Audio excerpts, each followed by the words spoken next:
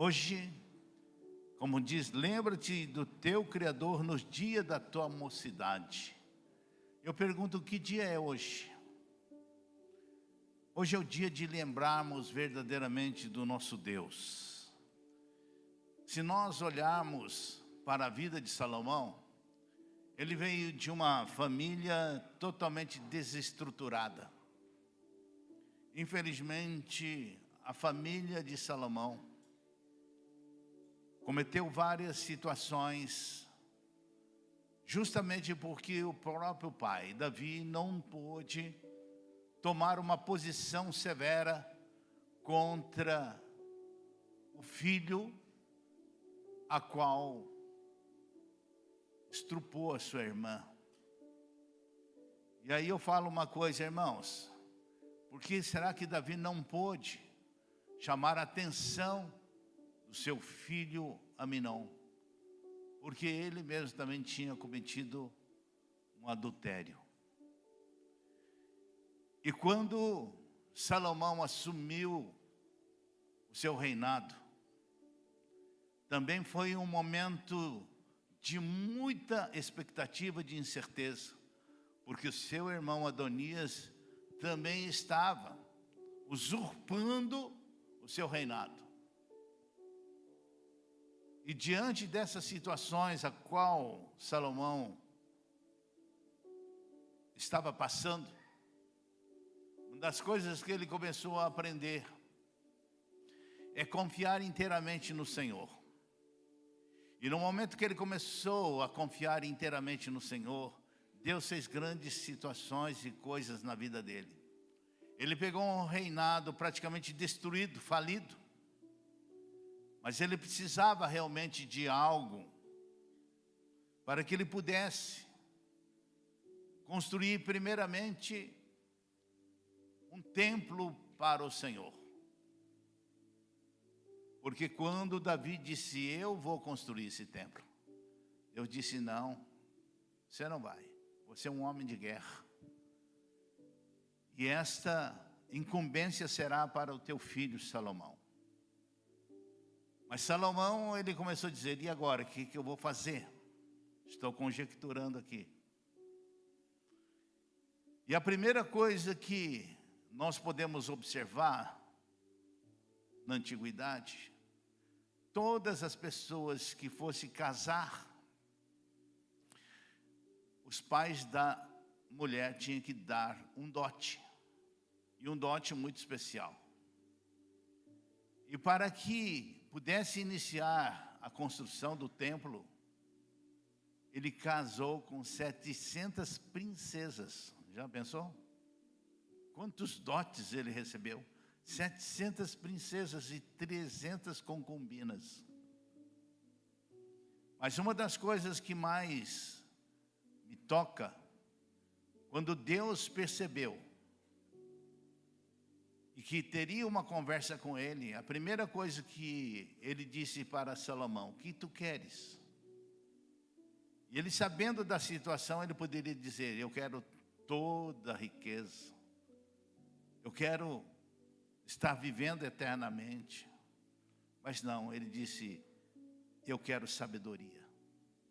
Sabedoria para dirigir o teu povo. Dirigir o teu povo. É por isso que eu falo que Salomão, ele foi um sábio, observador da vida. Para que ele pudesse construir aquele templo, demorou 20 anos. Mas depois de 20 anos, tudo começa a concorrer de uma forma contrária. Mas antes de tudo, eu quero dizer aqui, irmãos, que Salomão escreveu vários provérbios, a qual é um daquilo que nós estamos falando hoje. Em tudo, em todos, ele encontrava razão para refletir sobre a vida de um modo geral.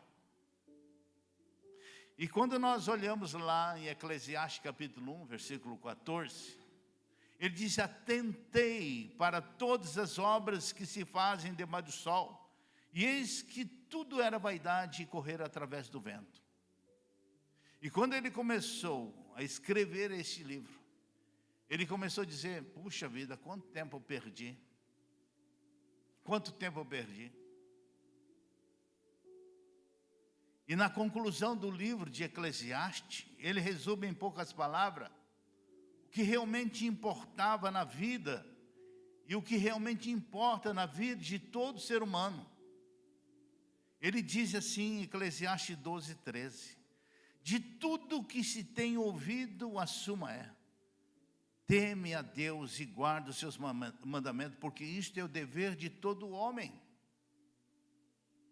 Naquele momento a qual ele estava inserido nesse contexto, ele disse: pessoal, eu fiz de tudo. E eu percebi que tudo aquilo que eu estava fazendo é vaidade. Tudo. Porque na realidade, Salomão acabou se desviando. Falei assim: meu Deus, ele se tornou até um idólatra. Mas ele retornou, escreveu esses livros. Depois vocês lêem o livro de 1º, 2º Samuel, Reis. Vocês vão entender aquilo que estou dizendo nessa noite. Eu falo que temer a Deus é reconhecer a sua soberania. É procurar obedecer uma expressa vontade que nos é revelada nas Escrituras. É por isso que continuamente estou transmitindo aos discípulos: leia, creia, entenda a palavra de Deus e viva a palavra de Deus. No momento que você começar a entender, crendo, amando a palavra de Deus, tudo será possível, tudo será mais fácil na sua vida. E para que nós possamos ter um relacionamento com Deus, primeiramente nós devemos lembrar quem é Ele. Quem é Deus para a sua vida, irmão? Quem é Deus para nós? E aí a pergunta é: quando que nós devemos lembrar de Deus? O mesmo texto, em uma linguagem mais acessível, diz assim: não deixe o entusiasmo da mocidade fazer com que você esqueça o seu Criador. Honre a Deus enquanto você é jovem, antes que o dia mau chegue, quando você não vai mais ter alegria de viver. Conforme nós lemos lá em Eclesiastes 11:9, alegra-te, jovem, no dia da tua mocidade, e creia no teu coração nos dias da tua mocidade. Anda pelos caminhos que satisfazem o teu coração e agrada aos teus olhos. Sabe, porém, que todas essas coisas Deus vai te pedir conta. É gostoso quando os jovens reclinam para uma situação que agrada a si mesmo. Mas tudo isso que vocês passam, tudo isso que nós passamos, nós vamos dar conta para Deus, irmãos. Nós vamos dar conta para Deus.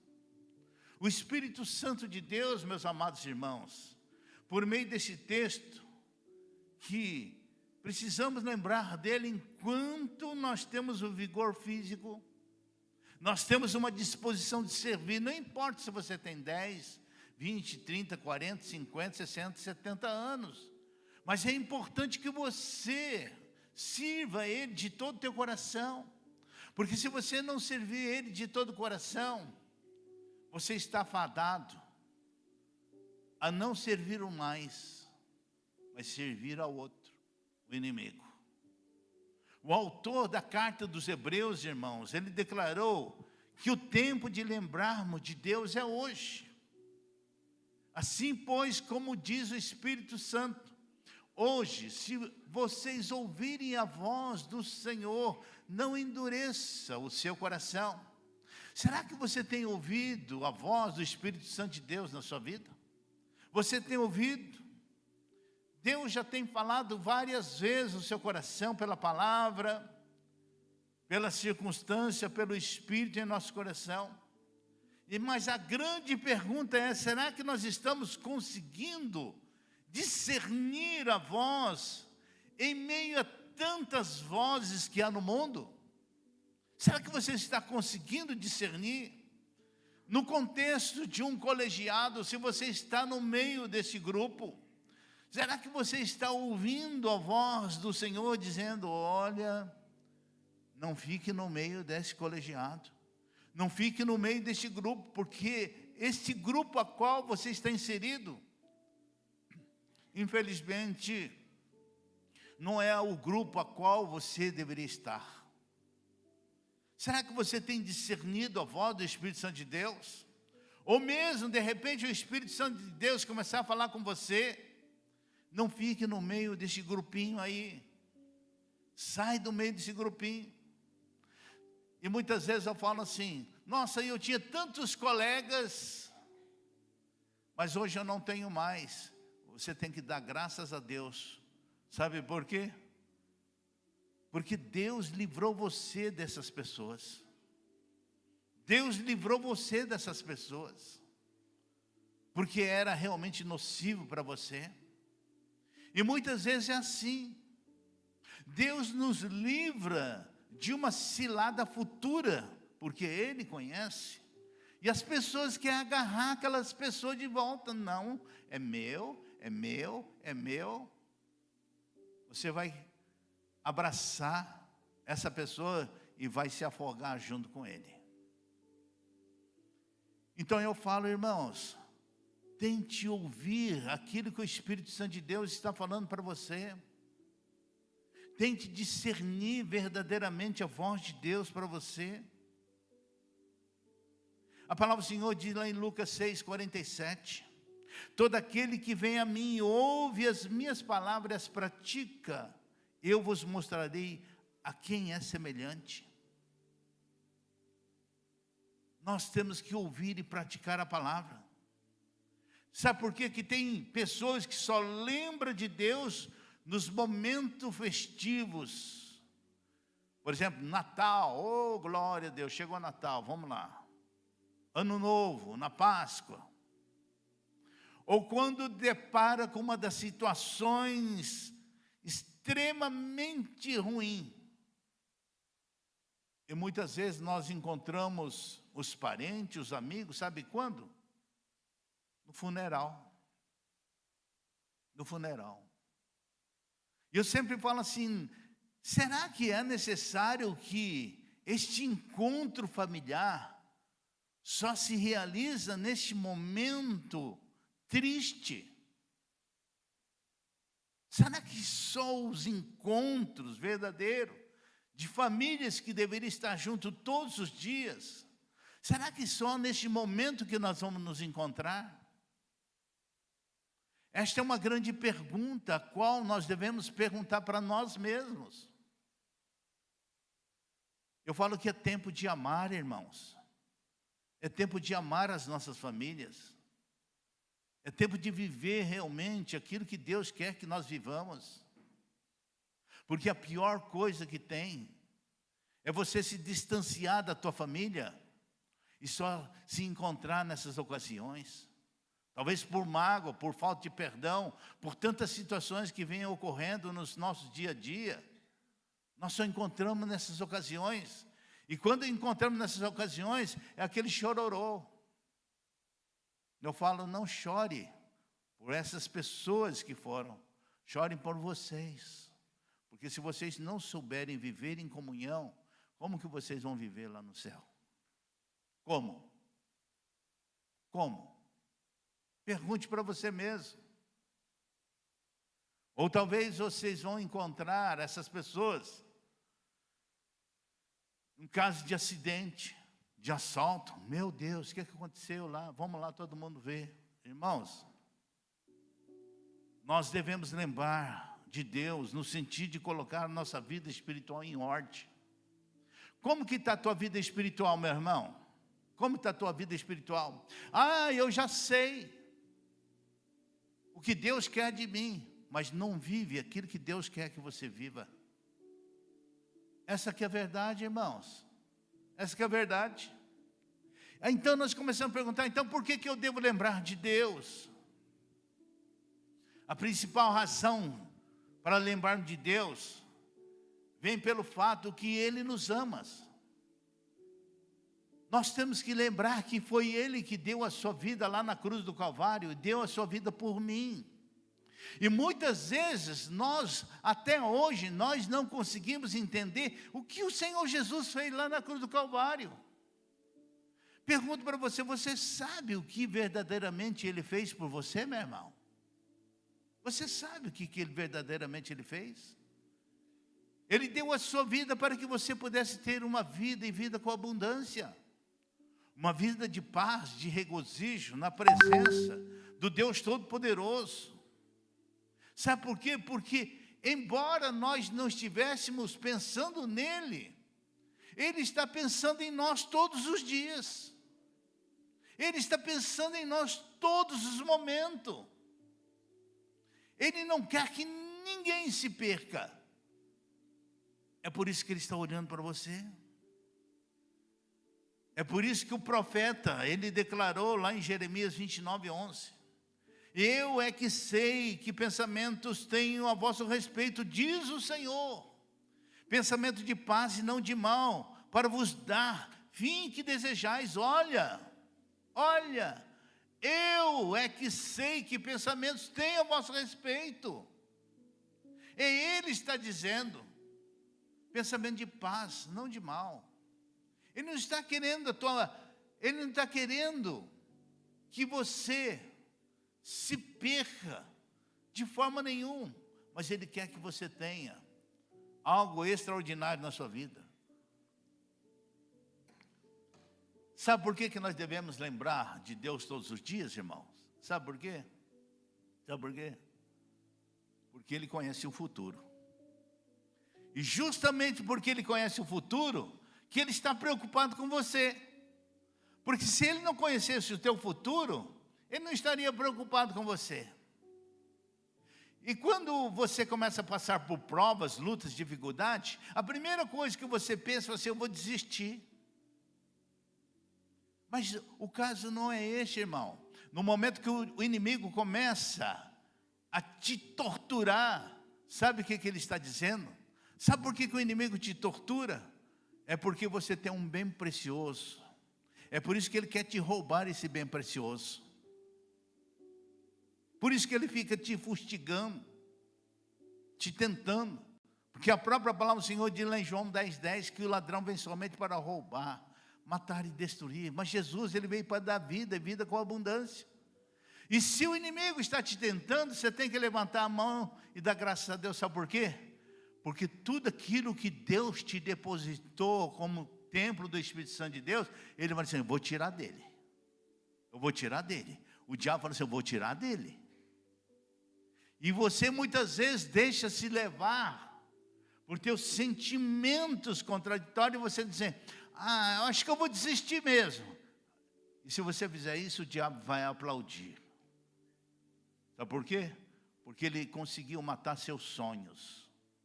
Tudo aquilo de bom que você tinha, ele conseguiu destruir. E o Senhor nos deseja nos orientar num caminho verdadeiramente seguro, que nos conduz a uma vitória, para uma salvação eterna. Por isso que ele diz lá em João 14:6, eu sou o caminho, a verdade e a vida. Ninguém vai ao Pai a não ser por mim. Ele é o caminho correto, Ele é o caminho seguro, que nos orienta em todas as situações. Se fizermos do nosso Deus um guia, um comandante, chefe, nós nunca iríamos perecer na nossa jornada. Nunca. Jamais. A bem da verdade, irmãos, que a vida sem a presença de Deus produz aí uma sorte de sentimento ruim, inconsoláveis. Porque muitas pessoas que não têm o direcionamento de Deus, é uma pessoa amargurada. Pessoa amargurada. É uma pessoa que vive em desespero total. Uma insegurança, uma solidão. Por qualquer tipo de situação, se torna uma pessoa frágil diante do inimigo. Em decorrência disso, o próprio salmista aponta as várias razões pela qual nós devemos lembrar dele. E esse salmo, ele é um ponto-chave para todas aquelas pessoas que gostam de ler a palavra e viver a palavra. Lá no Salmos 46, versículo 1, ele diz que Deus é o nosso socorro, fortaleza, socorro bem presente na hora das nossas tribulações. Irmãos, ele é o nosso refúgio. No momento que você está um tanto que angustiado, lance-se aos braços do Senhor. Se você está com problema, dificuldade, o próprio salmista, ele diz lá no Salmo 37:5, entrega teu problema, entrega teu caminho, entrega tua situação, confia nele, e tudo ele vai fazer. Está dizendo, descansa em mim, descansa em mim. Sabe qual que é o problema, irmãos? Que as pessoas não conseguem descansar mais, porque o ritmo da vida está tão acelerado que ele diz, eu preciso agora, se vier depois eu não sei se eu vou aguentar. Mas é uma dos hinos mais que nós cantamos na tarde da bênção, é o hino 70. Em fervente oração, vem o teu coração, na presença de Deus derramar. Mas não podes fluir o que estás a pedir, sem que tudo abandones no altar. E ainda continua, quando tudo perante o Senhor estiver, e todo o teu ser ele controlar, só então has de ver que o Senhor tem poder, quando tudo deixar no altar. Meu irmão, quando você deixa tudo no altar, crer e confiar que ele vai fazer, e ele vai fazer. Quando você perceber, assim, Senhor, eu quero deixar tudo diante do teu altar.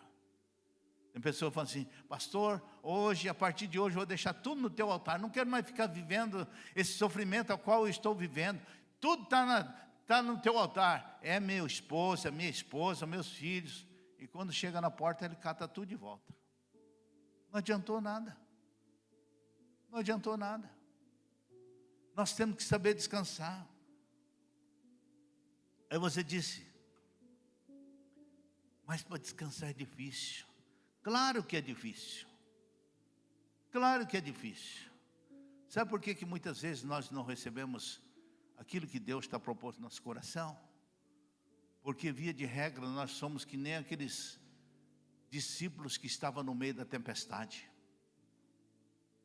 Quando ele estava no meio da tempestade, a primeira coisa que ele falou para Jesus foi num tom de acusação. Não foi em um tom de socorro. Ele disse, mestre, você não importa conosco, nós vamos morrer. Ele estava acusando Jesus. Você não importa. Estava acusando Jesus. E muitas vezes nós somos assim. Senhor, será que o Senhor não está vendo o que eu estou passando? O Senhor está vendo a minha angústia, a minha tristeza, as minhas decepções muitas vezes que eu estou vivendo? As pessoas começam a questionar Deus. Mas nós esquecemos que quando o Senhor Jesus convidou aqueles discípulos, disse, vamos e atravessamos o mar. Se ele disse, vamos atravessar, eles não iriam morrer. E muitas vezes Jesus fala conosco, vão comigo, você vai ser vitorioso. Mas lá no meio do caminho, você disse, não estou aguentando mais. Esse é o nosso mal. Nós não confiamos naquilo que Deus nos promete.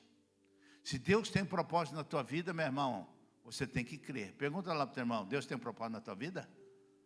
Deus tem propósito na tua vida? Então fala assim, então não fica com medo, meu irmão. Então não fica com medo, confia nele. Confia nele, não fica com medo não. Sabe por quê, irmãos? Porque a existência humana continua para além da morte física. Porque o próprio Deus, lá em Eclesiastes 12:7, ele diz, e o pó volte à terra como era, o espírito volte a Deus que o deu. Ou seja, irmãos, no ato da morte, encerra-se a qualquer oportunidade de arrependimento e salvação. Lá em Hebreus 9, 27, diz: assim está ordenado o homem morrer em uma só vez, e depois vem o juízo. Só morre uma vez, irmãos. Pois a partir de aí, nós estamos nas mãos do Deus Todo-Poderoso para o juízo final. Eu falo uma coisa para vocês, aí você vai dizer: mas que coisa, hein?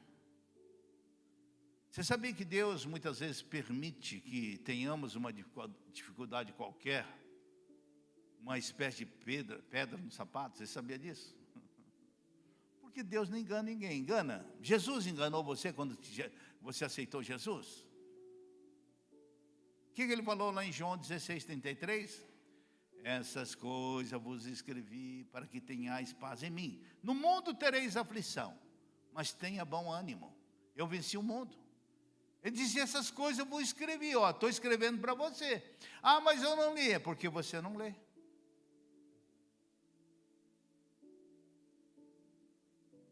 É por isso que eu falo uma coisa, irmãos. Muitas vezes nós temos uma saúde debilitada. Paulo, ele padecia de algum mal que de alguma forma inibia de ser destruído pela soberba. E lá em 2 Coríntios capítulo 12, versículo 7, sabe o que ele fala lá? E para que não me ensoberbecesse com a grandeza das revelações, foi-me posto um espinho na carne, mensageiro de Satanás para me esbofetear, a fim de que não me exalte. Olha só. Então ele disse assim: olha, eu curo todo mundo com as minhas orações, mas eu continuo com o meu problema. Deus falou assim: a minha graça te basta. A minha graça te basta. E Deus quer isso de nós, irmãos. Deus quer isso de nós. Isto é para que nunca possamos esquecer de quem está no comando das coisas. Deus controla todas as coisas. Deus controla todas as coisas. É por isso que eu sempre falo: é bom você passar por provas? Sim ou não? É bom você passar por provas? Sim ou não? Sabe por que é bom você passar por prova? Porque se você conseguir passar essa prova, Deus tem algo superior para você. Porque tem pessoas que não aguentam a prova, não. Se eu passar por essa prova, estou desistindo de tudo. Aí que está o teu erro. Quantas pessoas fez aqui o vestibular para estar na faculdade? Só essas pessoas fazem bem? Olha só. Foi fácil, irmão? Foi muita luta, né? Estudos. Na vida espiritual é diferente? Não é diferente, irmãos. Não é nada diferente. Por que umas pessoas têm um cargo melhor do que os outros? Pergunta para você mesmo. Por que uma pessoa tem um cargo melhor que os outros? Porque estuda. Porque rala. Porque busca. Mas aquelas pessoas que não querem nada. Nossa, eu não consegui sair da forma como eu estou. Você não lê, você não ora. Quando passa uma prova, você fica: ai, meu Deus do céu, o que eu vou fazer na minha vida?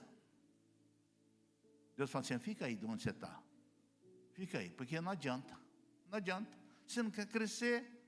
Por isso que a palavra do Senhor diz lá em Tiago 1:2, meus irmãos, tende por motivo de muita alegria por passar por várias provações. Tende por motivo de alegria, irmãos. Porque quando você está passando por prova, Deus está dizendo: opa, ele conseguiu nota máxima, 10. Pula para outro patamar. Patamar de vitória. Olha quem falou 3.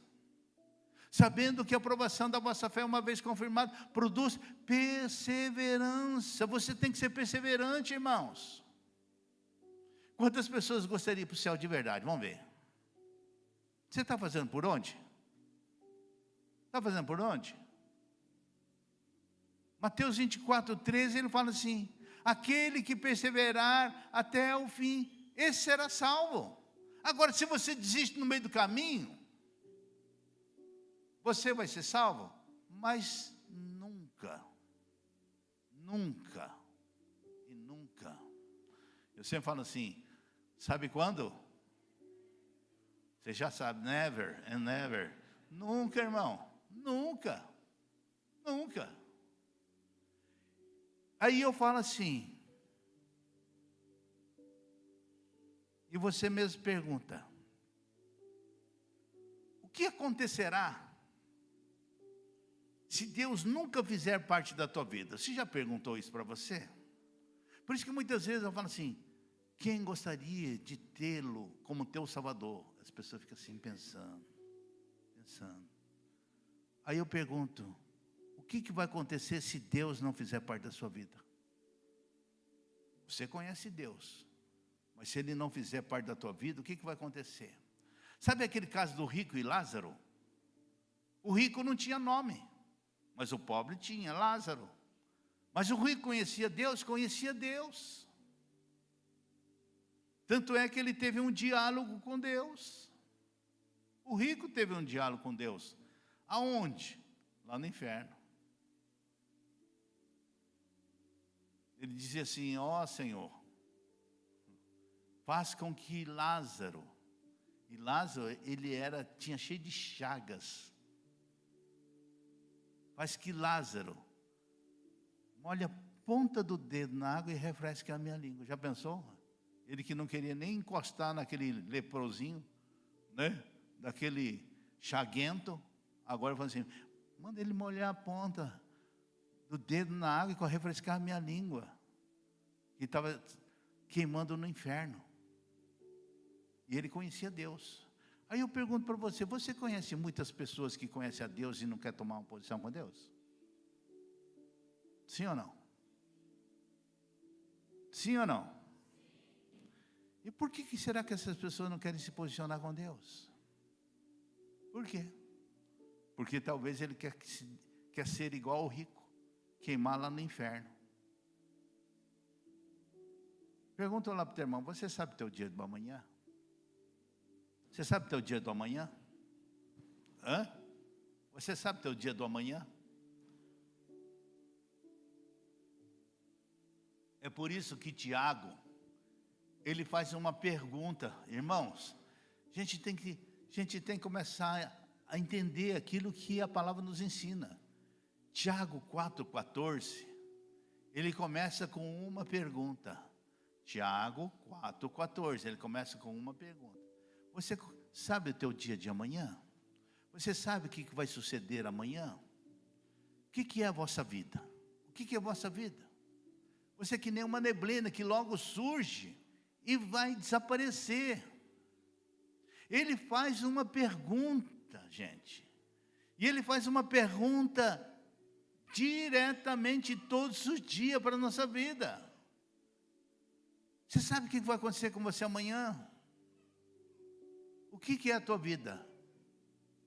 Irmãos, o que você responderia? O que você responderia?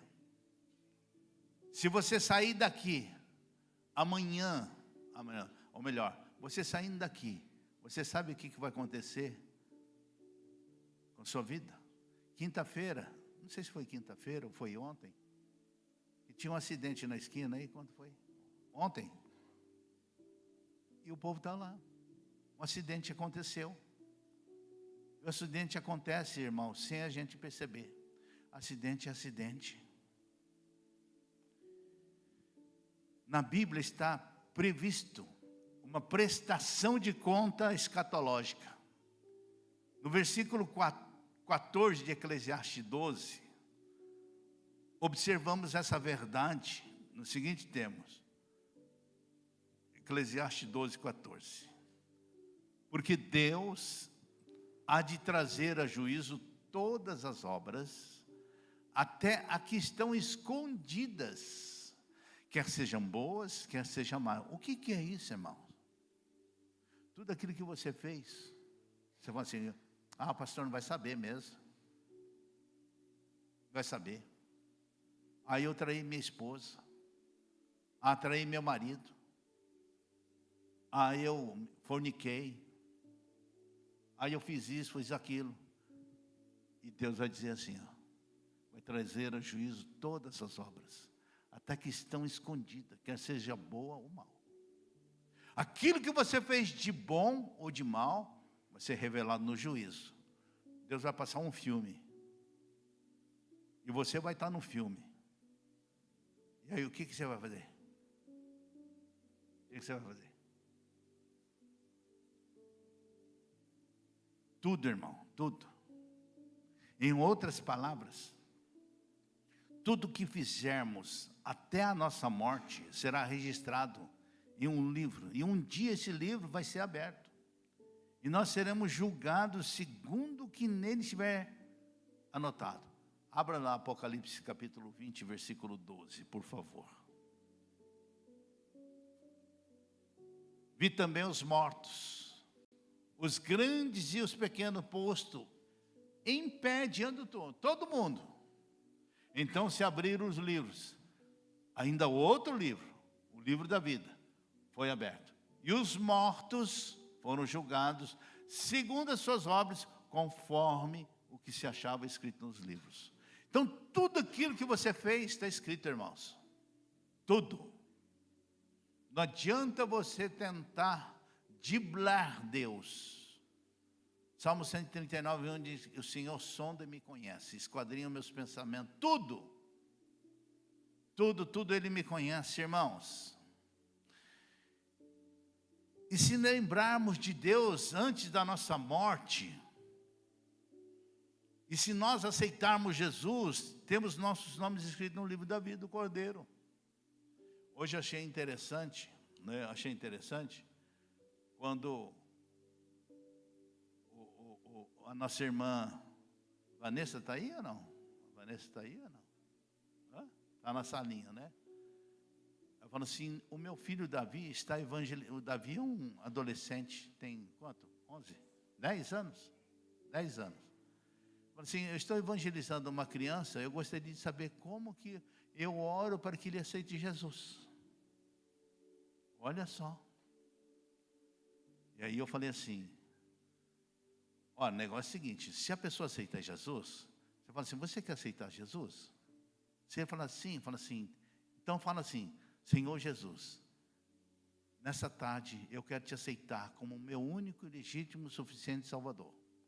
Perdoa os meus pecados, perdoa os meus erros, escreve o meu nome no livro da vida, para que no dia da grande chamada eu possa dizer: estou aqui, Jesus. Eu aceitei porque Davi me evangelizou e eu estou aqui. Aí eu pergunto para você: quantas pessoas têm evangelizado as pessoas aqui? Você tem? Você sabia que Deus coloca uma pessoa do teu lado para você falar de você? Para falar do amor de Jesus? Você sabia disso ou não? Sim ou não? E se você não falar da vida de Jesus para ele, você vai ser culpado de morte. Se eu chego lá para o Anderson e falo assim: Anderson, exemplo, tá? Você tem que se posicionar com Cristo. Se você não se posicionar com Cristo, Deus vai dizer assim: beleza, ele não quis, você está isento. Abre lá Ezequiel 33, 8 e 9, por favor, lá. Ezequiel 33, 8 e 9. Olha lá. Se eu disser ao perverso: ó perverso, certamente morrerás, e tu não falares, olha lá, se você não falar para avisar o perverso do seu caminho, morrerá esse perverso na sua iniquidade, mas o seu sangue eu demandarei de ti. Você é culpado. Meu Deus do céu. Meu Deus do céu. Se você não falou, esse homem morreu, Deus vai falar assim: o problema agora vai ser com você. Eu coloquei ele no teu caminho, você não quis. E olha que ele fala no 9. Mas se falares ao perverso para avisar do seu caminho, para que dele se converta, e ele não se converter do seu caminho, morrerá ele na sua iniquidade, mas tu livrou a tua vida. Então tem duas situações. Ou você quer livrar a tua vida, ou você vai ficar culpado porque você não falou. Irmãos, é Bíblia. Não sou eu que estou falando, é Deus que está falando. Então tome muito cuidado, irmão.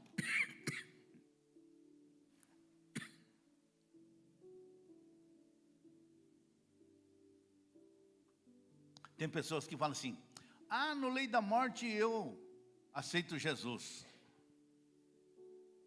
Será que vai ter tempo no leito da morte? A pessoa vai dizer: agora, por favor, eu quero aceitar Jesus que eu estou morrendo. Irmãos, isso é uma mentira muito grande. Sabe por quê? Eu já contei aqui, mas vou contar de novo. A minha esposa morreu no centro cirúrgico. Ela morreu. O coração dela parou. E aí,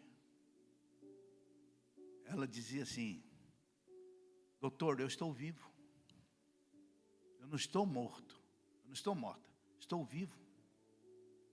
E ela só escutava assim: o que nós vamos fazer? Vamos dar um choque elétrico. Como que é? Desfibrilador, como que é? E até que ela voltou. Aí eu perguntei para minha esposa: deu tempo de dizer: Jesus, me salva, me faz isso, me faz aquilo? Ela falou assim: não teve tempo. A única coisa que ela queria dizer: eu estou vivo, não estou morto. Eu estou vivo, não estou morto. Percebe? Então esse papo de dizer, na hora da morte eu aceito Jesus, é mentira, irmãos. Se todo tempo você não aceitou Jesus na tua vida, você acha que em 10 segundos você vai aceitar Jesus? Mas nunca na vida. Nunca na vida. A pessoa ouve a palavra, mas não quer saber de Jesus. Não quer saber de Jesus.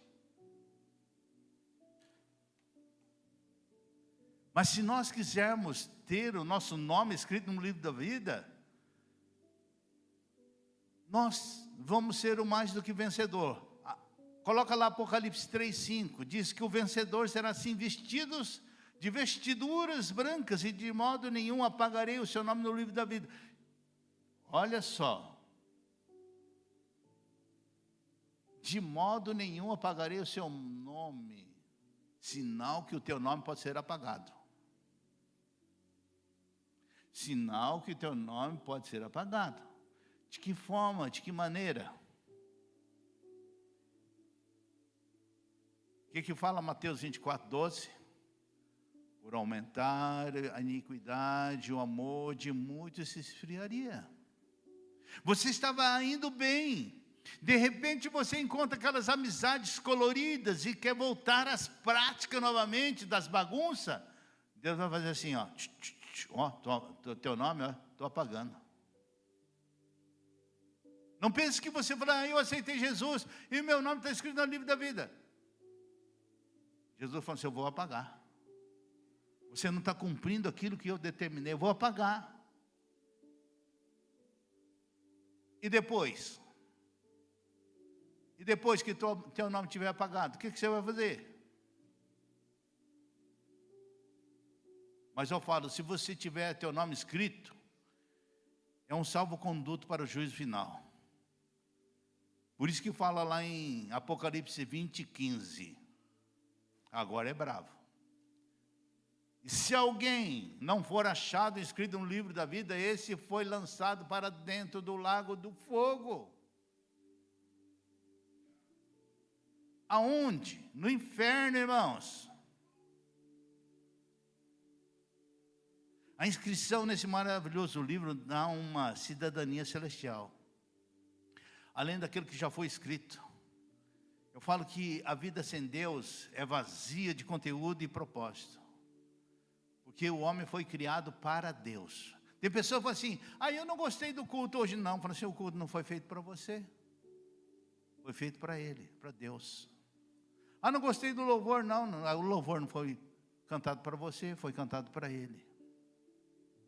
Amém, igreja? E somente Ele preenche o nosso vazio existencial. De fato, sem Deus, o homem realmente não pode viver. É por isso que Salomão afirmou, Eclesiastes 2:25, pois separado de Deus, quem pode comer ou quem pode alegrar-se? Ele faz uma pergunta de Deus. Ele é a razão, o motivo da nossa existência, irmãos. O seu amor não é plenamente revelado na pessoa e obra do unigênito Jesus Cristo. Vamos todo mundo repetir? Não precisa colocar aí agora não. Vamos ver se o povo aí está afiado, hein? João 3,16. Se os povos não souber agora... Olha lá. Porque Deus...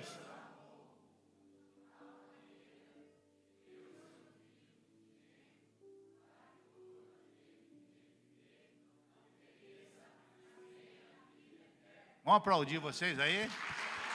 Aleluia! Aleluia! Agora fiquei até arrepiado, fiquei feliz.